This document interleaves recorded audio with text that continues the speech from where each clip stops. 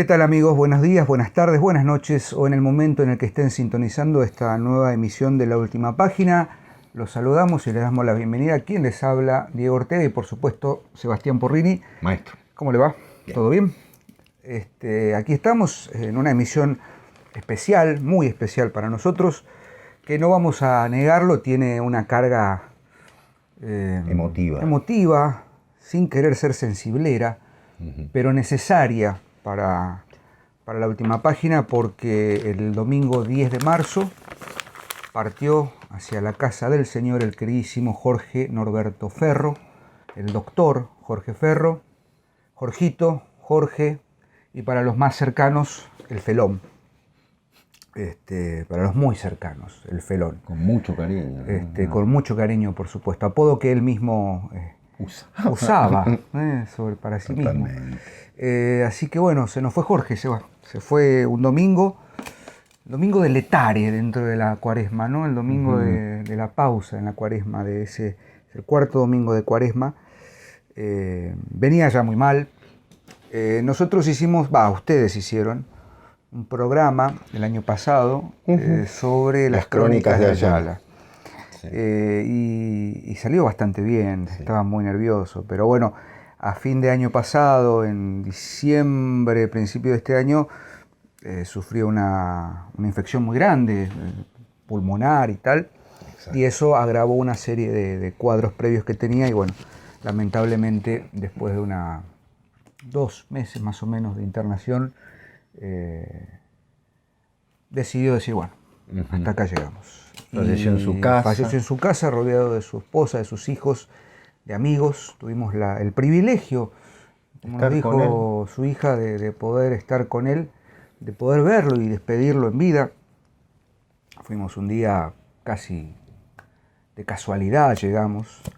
Bueno, no creo que de casualidad, por algo pasan las cosas también y pudimos verlo, saludarlo. ¿El martes anterior? El martes anterior, sí. Él falleció el 10, nosotros habremos ido 4 o 5 días antes. Pero esas son anécdotas fútiles, digamos, no tiene mucho sentido. Cuándo lo viste, quién lo vio, no importa eso. No, lo que queremos hacer en este espacio es rendirle un homenaje. Claro que los homenajes, una vez muertos, es obvio, ¿no? Le hemos rendido el homenaje en vida con el hecho de haberlo invitado aquí, de siempre citarlo, de dedicarle algún programa a alguno de sus libros y tal, pero hoy Nobleza Obliga conviene y creo que es necesario hacer un balance, un panegírico, ¿no? Exactamente. de Jorge Ferro. Cabe aclarar también otra cosa que era muy interesante de Jorge. Él siempre nos decía que nos veía todos los días, que como tenía muchos programas para ver, él iba viendo, nos conoció tarde. De hecho, con Jorge nos conocimos en el 2021, yo por lo menos en el 2021.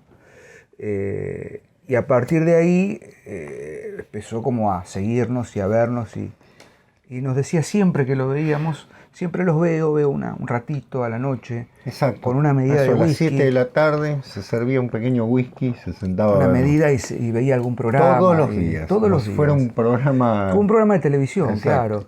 Y para nosotros eso era muy gratificante y a veces una gran responsabilidad porque de pronto nos tocaba algún tema propio de la literatura. A ver, hablemos un poquito de la biografía y del currículum de Jorge Ferro, ¿no? Para que entiendan por qué decimos esto.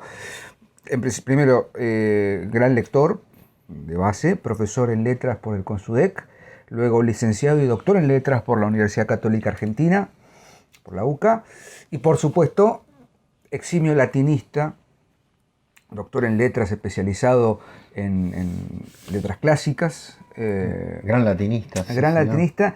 Y su segunda, si hablamos de Jorge Ferro, hablamos de, dentro del ámbito académico, de la vida académica, hay 2 pilares fundamentales en su trayectoria académica, más allá de ser profesor en letras. Ser profesor de latín y, por supuesto, un gran medievalista. Filología hispánica medieval, ese era su métier. De hecho, el programa que dedicaron aquí a las crónicas de Ayala forma parte de un enorme trabajo de traducción y de comentarios. Compiló, claro. Que producto de su trabajo y su rol en el CONICET, cuando se investigaban cosas importantes en el CONICET, ¿no? Cuando realmente había una investigación, en este caso filológica, muy importante. Eso a nivel académico, ¿no? A nivel de su trabajo. Fue miembro, fundador de la Asociación Tolkien de Argentina, de la Academia del Plata, te completo un poquito de la Sociedad Chestertoniana Argentina, de los Amigos de Newman en la Argentina, de la Asociación Hispánica de Literatura Medieval, ¿sí? Y fundamentalmente fue director del Instituto de Estudios Grecolatinos de la Universidad Católica Argentina, dirigió durante varios años la revista también de estudios clásicos y, como bien dijo Diego, investigador del CONICET con una obra impresionante. Pero eso que dijiste es genial, porque viene a la otra pata. Claro. La pata académica y después ese momento donde dice, bueno, yo siempre me acuerdo que Sebastián, vos me has dicho alguna vez y siempre lo marcás, ¿no? Generalmente uno en el mundo de la literatura tiene la posibilidad de leer muchísimo y de tener, qué sé yo, bueno, me gusta la literatura italiana, me interesa la literatura francesa, claro, leo en profundidad literatura inglesa, pero llega un momento en la vida de todo lector o quien se quiere especializar, claro, o transitar un camino de profundización en el ámbito de las letras, y uno elige. Entonces siempre me decía Sebastián, vos tenés que tener un centro y una segunda, un divertimento, ¿no? En el caso de Sebastián, con admiración lo digo, puede hablar de cualquier tema, de literatura, de filosofía, pero su especialización es en lingüística, ¿correcto?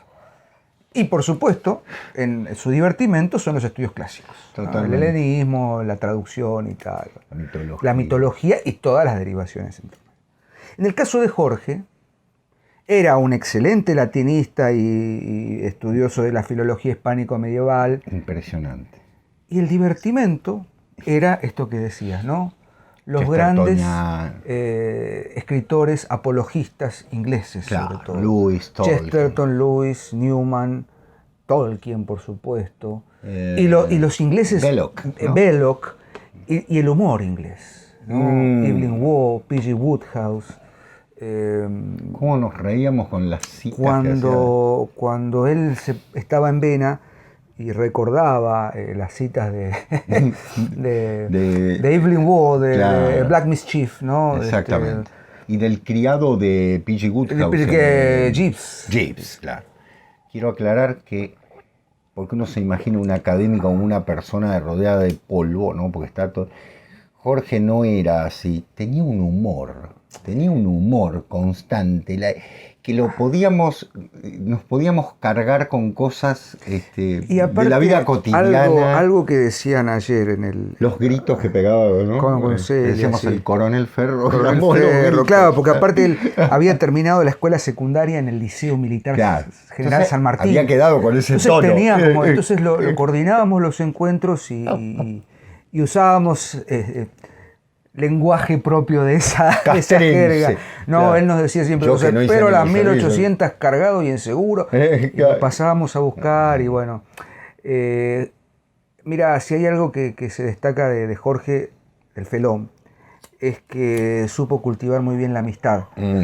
Una amistad, anoche después de sus exequias, tuvimos una reunión de homenaje, ¿no? Entre sus amigos más cercanos y de muchos más años. Nosotros llegamos a Jorge, hay que decirlo, yo por lo menos, insisto, bastante después, ¿no? Bastante tarde, pero estamos hablando de una trayectoria académica, intelectual y de amigos de más de 40, 50 años, ¿no?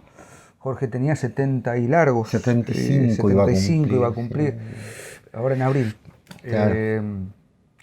Entonces imagínense, ¿no? Desde muy joven hizo migas con muchísimas, entre ellos Sebastián Randle, a quien hemos entrevistado, y que siempre, cualquier charla que da Sebastián, cualquier intervención que realiza, aparece la palabra, el Felón decía tal cosa, entre tantos, ¿no? Claro. Entre tantos maestros que tuvo Sebastián, y podemos decir nosotros también, consideramos a Jorge un maestro en muchas cosas, el Felón era como, siempre estaba presente su Totalmente. voz. Si bien tenemos una relación de 3-4 años, sí, estos últimos 3-4 años, aprendimos a quererlo. No fue en la pandemia. Fue en el segundo año de la peste. Estábamos en pandemia. 2020, una comida, por ahí, no me acuerdo. Una comida organizada en la casa de Sebastián. Y ahí conocimos a... Yo me llevo de esa comida dos cosas. Primero, el libro de Maestros y Batallas Culturales, que me regaló con mucho afecto y que por suerte tengo, creo que, dedicado, igual que vos, en algún lugar lo debes tener. 28 de julio del 21. Este es el día que lo conocimos, un miércoles. Y además de esto, me regaló... no la traje acá porque la tengo en mi biblioteca muy bien custodiada porque está bastante ajada, la biografía de Chesterton de Maisie Ward. Sí. Quien no haya leído nada de Chesterton y quiera aproximarse, ese libro es una introducción perfecta. Fundamental para entender. O sea, tenía esos gestos de amistad, de bonomía, y tenía currículum, tenía currículum para ser un tipo que tranquilamente podría... Sobraba material, Sobraba material, podría decir, ustedes hasta que lleguen a mi... No, al contrario. Al contrario. Jorge era de una humildad, increíble. Me acuerdo, Sebastián, yo me acuerdo que lo llamaba y le decía, doctor Ferro, y empezaba, ¿qué doctor? Pero por favor. A vos te decía el inmarcesible, porque se quedaba, y a mí me decía el niño maravilla. El joven maravilla. Tanta era la humildad de Jorge, y tan genuina, porque no era una falsa modestia. No. Que él tenía muchos intereses intelectuales y sabía muchísimo, por supuesto, pero uno de ellos era el cine. No sé si te acordás, hablábamos de películas y él... Tuvimos el placer de hacerlo conocer a Ángel Fareta. Eso es lo que te iba a decir. Aquí en casa. Él lo quería conocer, Jorge lo quería conocer a Ángel y bueno... Sentía una admiración por Fareta. Enorme. Y vino Jorge el día que estuvo Ángel aquí. Sí. Estuvieron charlando, muy lindo. Y en un momento sentíamos que él estaba como... Extasiado, como conociendo a un ídolo. Exactamente. Y era Jorge Ferro, ¿no? Claro, una eminencia. Que estaba conociendo a otra eminencia. A otra eminencia, por supuesto. Y por momentos era como, ¿a dónde miro? ¿Dónde escucho? ¿No? Exactamente. Jorge era todoterreno, era capaz de hablar de las cosas más mundanas. Sí. Los chistes. Los chistes de Jorge, bueno, no vamos a... Hay algunos que todavía nos reímos, aparte de la forma de contarlo. De la forma, pueden ver en YouTube, hay una docena de videos de conferencias. Muy hermoso Jorge, lo que tiene con el ciclo de 4 charlas, una charla en 4 partes con Sebastián Randle en el canal de Jack Tollers. Exactamente. Que está bastante bien, esa charla que tendrá 6, 7 años tal vez. Exacto. Un poquito menos, no sé. Y ahí pueden ver un panorama de lo que fue su vida, su juventud, su formación, sus años en el liceo. De la bonomía de Jorge. Y el cultivo de la amistad, ¿no? Totalmente. En el Instagram de la asociación pusimos una frase suya sobre la amistad ayer, justamente, con una hermosa foto de él. Y él, en síntesis, dice algo muy bonito, que es un obsequio de Dios, la amistad, ¿no? Es realmente un don de Dios. Yo voy a contar una anécdota cortita, Diego, porque también vamos a hablar de su obra, ¿no? Es lo que nos ha quedado maravilloso, aparte de su presencia, su obra. A fines del año pasado, 2023, Jorge es convocado a dar una charla multitudinaria en un ámbito abierto sobre Tolkien, aquí en San Miguel, la Feria del Libro de San Miguel, en la Noche de los Libros. En principio yo iba a estar con él, era la idea que estuviéramos los dos juntos, sentados. Mi idea era justamente ser el moderador un poco, pero después se decidió que yo tenga una charla aparte el día anterior. Con lo cual Jorge montó en cólera, bien, ¿no? Montó en cólera, bien, dice, pues Sebastián, yo no puedo estar solo. Bueno, entonces preparó lo que iba a decir. Y acá viene cómo era Jorge. Bueno, cualquiera de nosotros fue el fundador de la Asociación Tolkien de Argentina, diría, ¿qué le podemos observar? De hecho, es el autor de Leyendo a Tolkien, el mejor libro sobre Tolkien que hay en lengua castellana. Y sin embargo vino con el texto, ¿no? Nos leyó el texto a los dos y nos preguntaba si estaba bien. Fuimos a su casa. Fuimos a su casa, claro. Después vino acá, porque estaba muy nervioso, uh-huh. Se sentó acá y me dice, quiero que me digas si esto está bien. Jorge, le digo, yo no te puedo hacer ninguna observación. Está perfecto. El texto era una maravilla. Lo único que le aconsejé, le dije, liberate un poco de la presión, porque se sentía un poco presionado. Lo hizo, gracias a Dios, muy bien. Fue un gran esfuerzo que hizo, porque ya estaba muy debilitado y la verdad que igual el público no se movió, lo ovacionaron. Creo que fue un regalo muy bonito para él. Ese era Jorge, una persona que dominaba un tema de derecha a izquierda, de arriba a abajo, en todo sentido, y sin embargo tenía la humildad de sentarse con dos tipos a decir, a ver, ¿qué opinan muchachos de esto? ¿No? Pero hay algo de Jorge que quienes lo conocen desde hace una punta de años, quienes se formaron con él, quienes fueron... Bueno, Jorge fue director de un importantísimo colegio aquí en San Miguel, en Bellavista estrictamente, el colegio Don Jaime, uh-huh. Que lamentablemente... Que después de que él se fue, dejó de existir. Dejó de existir porque él se fue, básicamente. Sí, totalmente. Pero el Don Jaime era un centro, uno de los colegios más importantes, estamos hablando de los años 80, 90, por allí. Sí, antes también, sí, desde los años... Entonces digo, todos los que se formaron con él en diversas circunstancias destacan algo muy particular, y es que Jorge era un visionario. No lo dicen de esta manera, voy a tratar de traducir lo que suelo escuchar en las reuniones sobre el Ferón. Él siempre tenía la agudeza de ver en algún tema, de leer en alguna polémica, ni hablar de las polémicas en torno de la tradición y de la cuestión de la Iglesia católica, un católico más católico que todos nosotros juntos, ¿no? Decía ayer Achura. Uh-huh. Pero él tenía la capacidad, esa agilidad intelectual para encontrar para ser un adelantado, para ver ese matiz muy suave de la problemática que años después... Así sucedía. Exactamente. Digo, él formaba parte también de un grupo un poquito más grande acá en Bellavista, que luego, por supuesto, como todas las cosas a veces se diluyen y tal, pero él siempre tuvo esa humildad de no jactarse, bueno, yo lo vi primero. No, él por ahí te decía, no, pero fíjate, esto me parece que va a ir por atrás. Totalmente.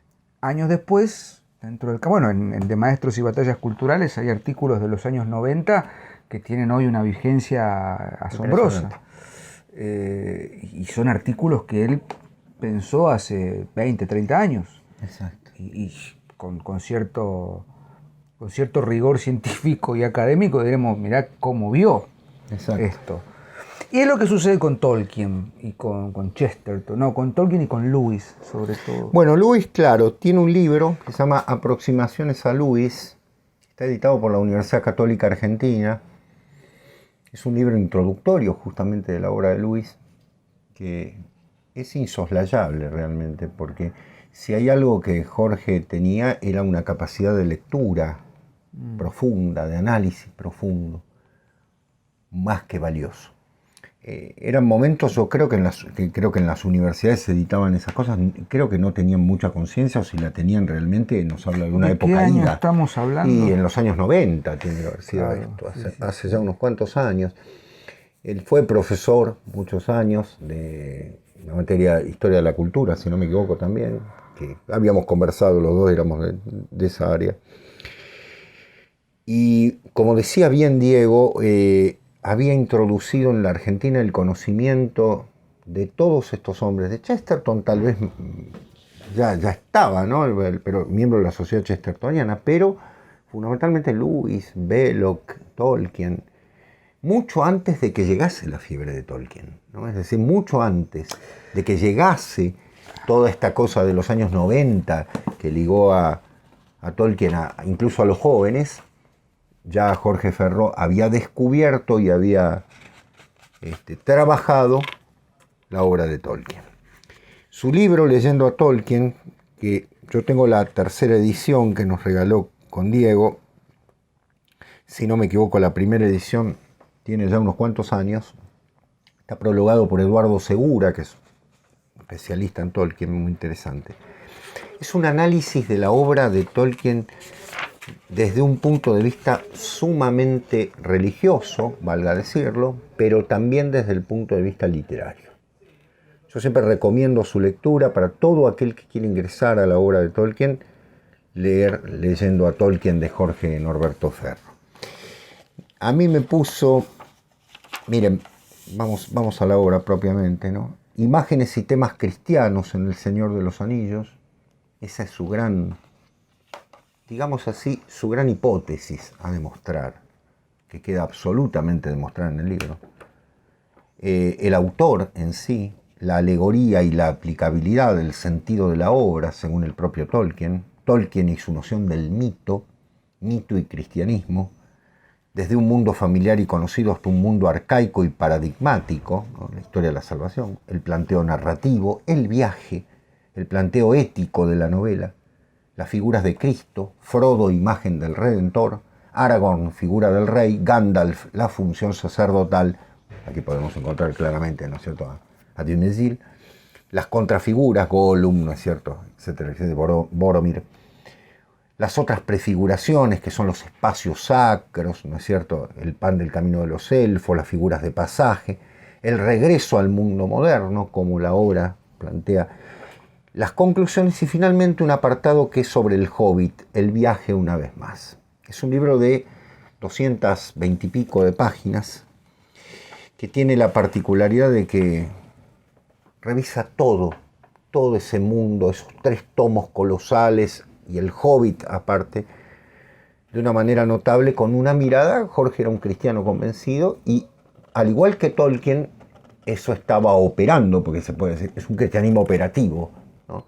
La obra de Tolkien, un catolicismo operativo que Jorge supo analizar de manera notable. Es un libro que hoy en día se lo encuentra en muchos países. Me alegra muchísimo porque hay personas que nos han escrito desde otros lugares, desde México. La Asociación Tolkien hizo todo un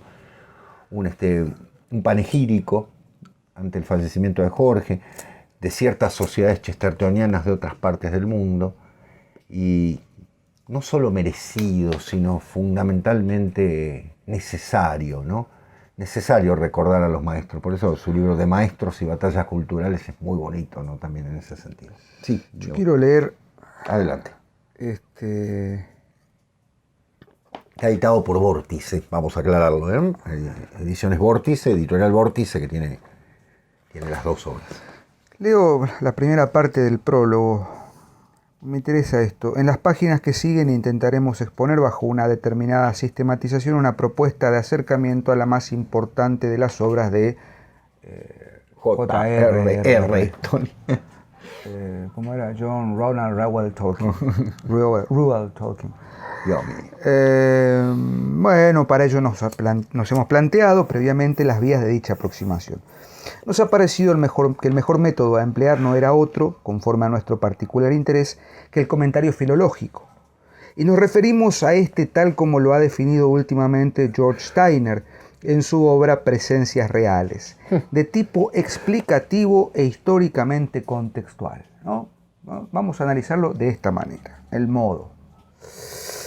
Tal vez sea Steiner quien nos haya confirmado en cuanto al marco teórico más ajustado a nuestro intento y nos ha brindado la necesaria orientación cuando nos llegábamos a sentir sofocados bajo el leviatán del papel del discurso secundario, que tan bien describe cuando dice: en ausencia de un garante, una divisa falsa circula sin fin, la de la crítica que habla a la crítica, la del artículo crítico que se dirige al artículo crítico.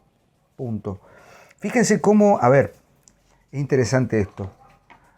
Vamos a hablar de Tolkien, ¿no? Vamos a hablar de esto. El método va a ser este. Filología crítica, ¿correcto? Historia, vamos a ir al texto.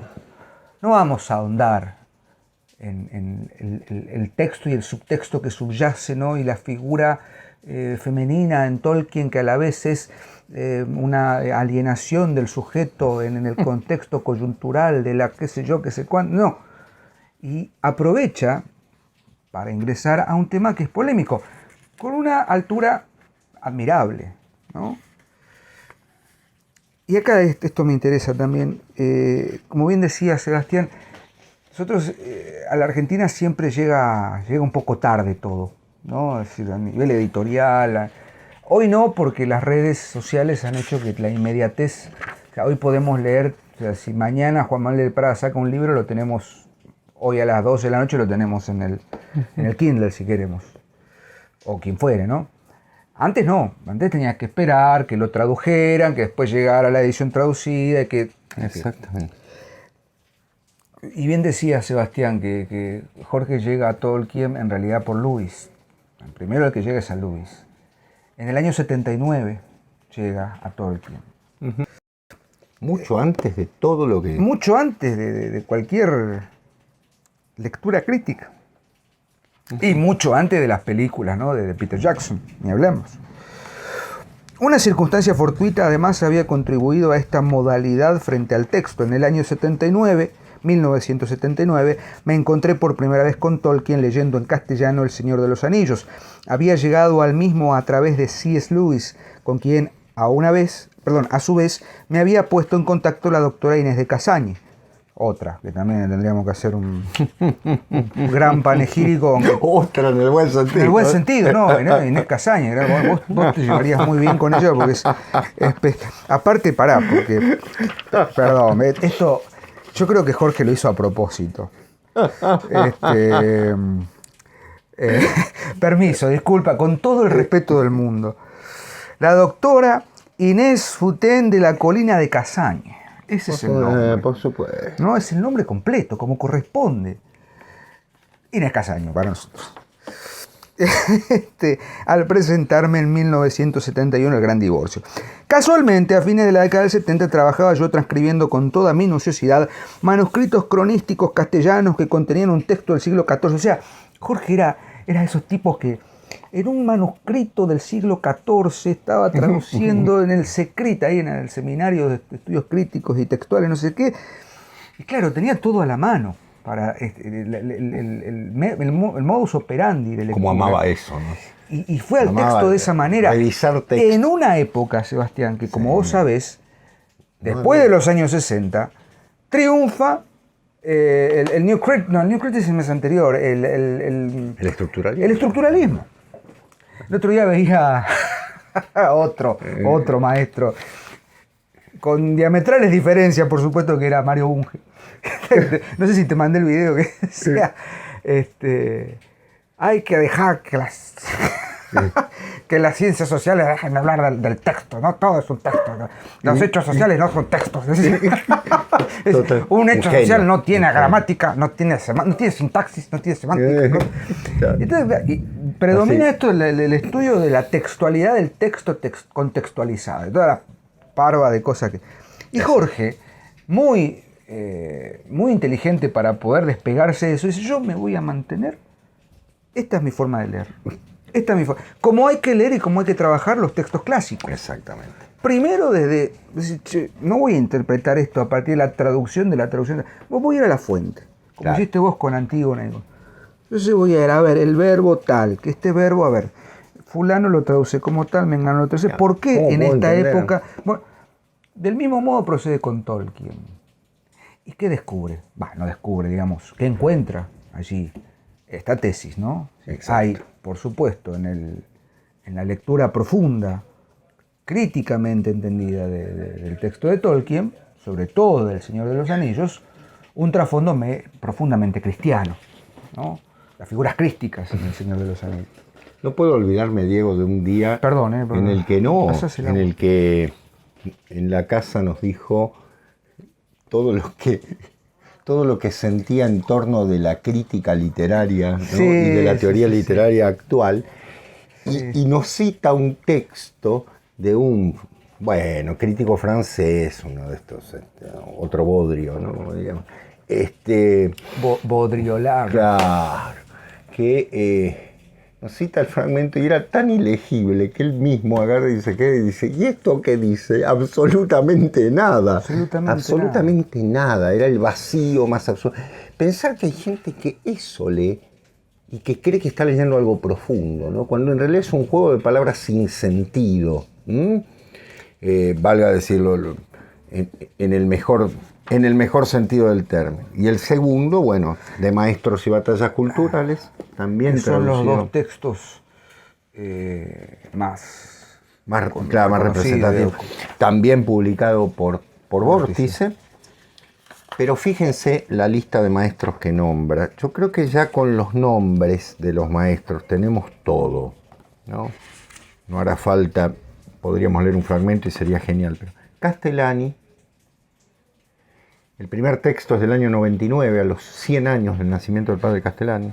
Newman, el cardenal Newman. Chesterton, por supuesto. Los Inklings, ¿no? Que serían Tolkien, Lewis, ¿no es cierto? Dolina, Alejandro Dolina. Tiene un texto muy interesante que se llama Humor y Nostalgia, Melancolía y Esperanza. Piper, Joseph Piper, cómo le gustaba a Piper, la belleza y la poesía. Y luego un conjunto de textos sobre la Edad Media. Medievalia. Exactamente, la Medievalia, ¿sí? Donde está la obra, por supuesto, del canciller Ayala, sus comentarios. Y luego algo que se llama Varia Lección, en los que hay una serie de textos hermosos, pero hay uno que se llama Los Sufridos Docentes. Y él lee un texto que daba vuelta en el Congreso Pedagógico del año 86. En 1986 tuvimos el segundo Congreso Pedagógico Nacional, yo lo recuerdo. Había unos debates políticos increíbles, no llegaron a nada, por supuesto, un cachivache total, como siempre, pero circulaban una serie de textos y Jorge toma uno de esos textos y lo deja como resumen en 2 páginas. El texto tiene 2 páginas, en los que quiera enseñar hace 100 años y qué es enseñar en ese momento. Y realmente es un problema matemático el que se plantea y cómo se lo analiza desde un punto de vista y de otro. Se enseñaba matemática en un momento, hoy se enseña no se sabe qué. Porque el chico tiene que subrayar palabras en un texto. Bueno, en fin, es una ridiculez soberana. Jorge veía en eso una enorme decadencia, por eso a los sufridos docentes. Y cuando habla del padre Castellani, dice, el paradójico Castellani no parecía conformar a nadie. Para algunos católicos se metía en política, politique d'abord, exclamaba con Morrat. Sostenía que el problema político era existencialmente primero en la Argentina. El mayor crimen del mundo se cometió en una nación sojuzgada con un gobierno títere, afirmaba.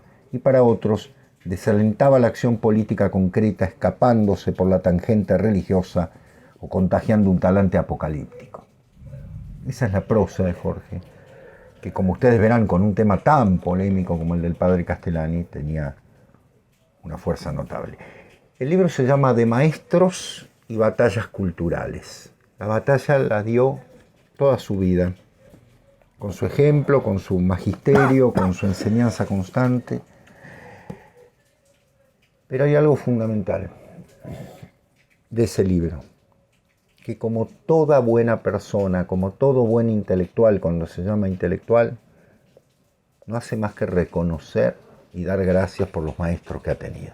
Así como dijo Borges, ¿no? Me jacto de los libros que he leído, más que de lo que he escrito, ¿no es cierto? Jorge tenía eso, se jactaba de los maestros. Que otros se jacten de los libros que yo he escrito. Exactamente. Yo me jacto de los libros que he leído. Exactamente. Y creo que acá Jorge tenía eso, ¿no? Justamente estar orgulloso, pero sanamente, de sus maestros, entre los que hemos nombrado a estos grandes caballeros. Y no quiero parecer sensiblero, porque no es la finalidad de este programa, pero nosotros también nos jactamos de haber conocido a Jorge y de haberlo tenido como maestro y tenerlo como un maestro y como un faro. Creo que era necesario que hiciéramos este homenaje y creo que es necesario que ustedes, como oyentes, como lectores, vayan a buscar su obra.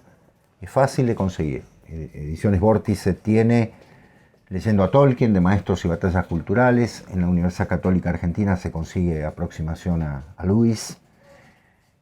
Y me parece, incluso está en internet alguna de sus obras, y hay muchísimo para ver, como decía Diego. Sí, sí, para escucharlo. Para aparte, Jorge tenía una cadencia... Una inflexión de la voz, sí. Inflexión de la voz y de pronto...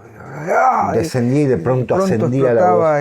Como lo y, habrán notado en el programa que hicimos. Sí, pero en esa charla, con esas charlas en realidad con Sebastián Randle, es muy bonito. Se nota también porque aparte están en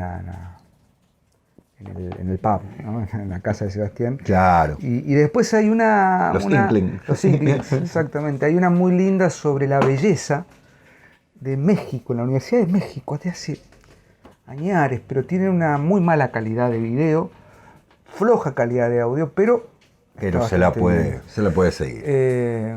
Son... Otra cosa que tenía Jorge, esa que habla también de su humildad, ¿no? Que nos decía, nos mandaba algo, algún texto, algún audio de alguna clase que dio. Digo, péguenle una miradita, dice, péguenle a ver qué les parece. Y uno decía, Jorge, ¿cómo le vamos a pegar? Pegar una miradita, ¿no? Jorge, vamos a disfrutar de todo caso. Pero dice, no, pero me parece, y a veces cada tanto decía, parece que me salió bien, ¿no? Pero no lo decía con falsa modestia. No, era así. Me parece que me salió bien. Tenía un grupo de alumnos que los seguían hasta hace muy poquito. Sí. Que les daba clases de cultura clásica, de lectura clásica, los sábados, totalmente desinteresado. Estaba feliz de que los jóvenes estuvieran a su lado. Estuvo rodeado hasta último momento de su hermosa familia, de sus nietos. Y como dijo el sacerdote que dirigió la misa en su casa, Tomás Gutiérrez, el padre Tomás Gutiérrez, no podemos hacer un panegírico en ese momento. Nosotros sí acá lo podemos hacer. Pero hay algo fundamental que dijo el padre Gutiérrez, que es, tampoco démoslo como asentado en el cielo. Tenemos que rezar por él. Sí. ¿No? Dijo, tenemos que rezar. No sabemos. Yo en lo íntimo sé, ¿no es cierto? Estoy convencido que en este momento está hablando con Tolkien, está hablando con Chesterton, se debe estar tomando una pinta, ¿no? Sí. ¿No? Debe estar hablando con el canciller Ayala, ¿no? Y seguramente recitándole los 42 sonetos de Garcilaso de la Vega que se sabía de memoria. Jorge, en el cielo en el que estás, todo nuestro amor hacia vos, vamos a rezar, por supuesto, pero fundamentalmente te tenemos presente, no solo en el papel, sino en la voz y en el afecto que nos tuvimos en este mundo. Ojalá que nos encontremos en el otro, ¿no? No queda más que decir, como decimos siempre, algo que él seguramente hubiese querido, es a seguir leyendo. No hay otra manera. Gracias por estar ahí, Sebastián, un placer. Del mismo modo. El próximo lunes volvemos con el contenido habitual de La Última Página y lean a Jorge, búsquenlo. No se van a arrepentir, van a encontrar algo magnífico. Adiós. Gracias.